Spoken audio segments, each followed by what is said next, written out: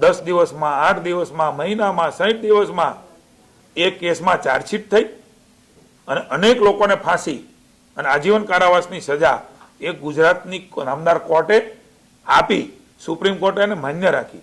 આ જે ઘટના બની છે દુઃખદ ઘટના છે.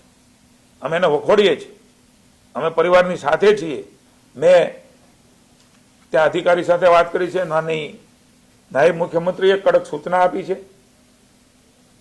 10 દિવસની અંદર એમનું ચાર્જશીટ થાય અને કાયદાની ભાષામાં એને ફાંસી અથવા તો ઉંમરકેદની સજા વધારેમાં વધારે થઈ શકે એ પ્રકારનું ચાર્જશીટ કરીને પરિવારને ન્યાય આપવા માટેના હુકમો માની હર્ષભાઈ સંઘવીએ કર્યા છે. હું એમને અભિનંદન આપું છું. કદાચ ઘટના બની ગઈ છે, દુઃખદ છે, પણ એની પાછળના નિર્ણયો કરીને આ પરિવારને સજા મળે ત્યાં સુધી નાયબ મુખ્યમંત્રી પાછળ રહેવાના છે.